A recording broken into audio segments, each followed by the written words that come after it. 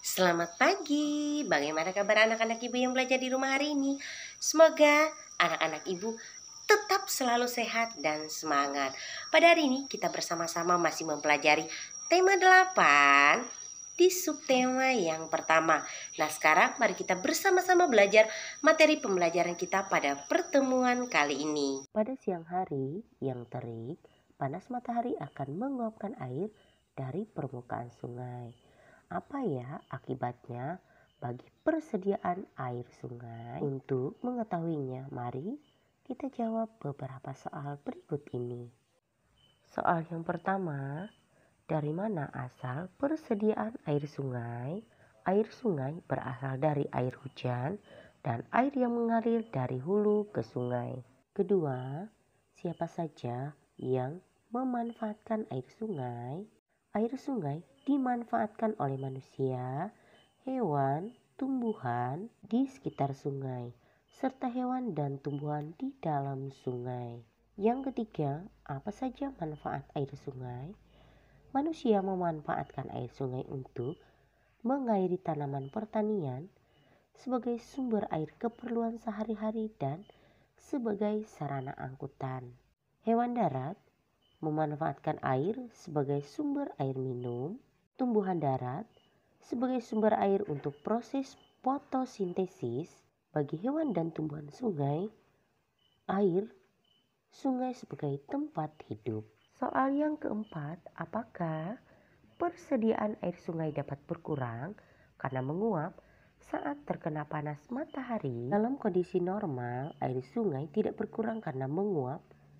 Siklus air akan mengembalikan air yang menguap, namun dalam kondisi kemarau yang sangat ekstrim, sungai dapat mengalami kekeringan. Pertanyaan yang kelima, faktor apa yang dapat mempengaruhi persediaan air sungai? Faktor yang mempengaruhi diantaranya curah hujan, cuaca, dan kondisi hulu sungai. Sekarang mari kita bersama-sama mempelajari pada materi di mata pelajaran Bahasa Indonesia. Silahkan anak-anak ibu menyimak teks bacaan bunga paling berharga yang akan ibu bacakan. Makale tinggal di sebuah desa yang selalu kekeringan. Hujan jarang turun di desa itu sehingga tidak banyak tumbuhan. Jangankan bunga-bungaan, semak-semak pun jarang ditemui. Suatu hari sebelum berakhirnya pelajaran, Bu Mala memberikan seluruh siswanya masing-masing sebuah buku tulis. Buku tulis itu halaman-halamannya berwarna putih dan bersampul merah, indah sekali. Buku itu untuk kalian. Kalian boleh menulis apa saja di dalamnya, kata Bu Mala. Saya mau menuliskan catatan harian di buku ini, kata Nola. Saya mau menggambar wajah setiap orang yang saya temui, kata Wendy yang hobi menggambar. Saya mau membuat herbarium, kata Makale. Bu Mala memandang Makale dengan penuh keheranan mendengar ucapan Makale. Kamu mau membuat herbarium? Tanya Bu Mala kepada Makale. Ya, seorang pelancong pernah menunjukkan buku herbariumnya kepada saya. Herbarium itu sangat indah, jawab Makale. Tetapi untuk membuat herbarium kamu akan membutuhkan banyak daun. Tahukah kamu? Tanya Bu Mala. Makale mengangguk kepalanya sambil berkata, atau bunga. Di mana kamu akan mencarinya? Tanya teman-teman Makale. Makale memandang keluar jendela, tidak tampak tanaman sama sekali.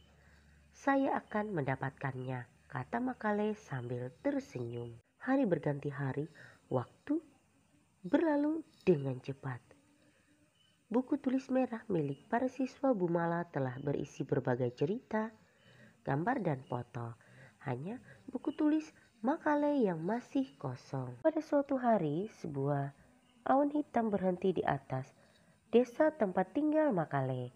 Tak lama kemudian awan hitam itu mencurahkan hujan yang sangat deras. Benih-benih tumbuhan yang terkubur di dalam tanah tandus desa itu pun tumbuh. Sepetak kebun terbentuk, bunga-bunga merah kecil memenuhi petak kebun itu. Makale senang, dipetiknya sekuntum bunga merah hanya satu. Kemudian ditempelkannya bunga itu di dalam buku tulis merahnya. Hari berikutnya, bunga-bunga lainnya telah layu karena terbakar matahari. Di dalam kelas, Makale berseru dengan gembira, "Saya sudah membuat herbarium saya, Bu Mala." Bu Mala membuka buku tulis merah Makale. Herbarium itu hanya satu halaman. Hanya ada satu bunga di dalamnya. Namun, bunga itu paling berharga di dunia karena hanya mekar sehari dalam setahun. Setelah anak-anak menyimak teks bacaan bunga paling berharga, diharapkan anak-anak ibu bisa menuliskan peristiwa-peristiwa yang terjadi pada cerita, menuliskan urutan-urutan peristiwa pada cerita, dan menuliskan kembali cerita tersebut dengan bahasamu sendiri dengan ejaan yang benar. Demikianlah penjelasan materi pembelajaran Ibu pada pertemuan kali ini. Sampai bertemu pada materi pembelajaran berikutnya. Tetap semangat.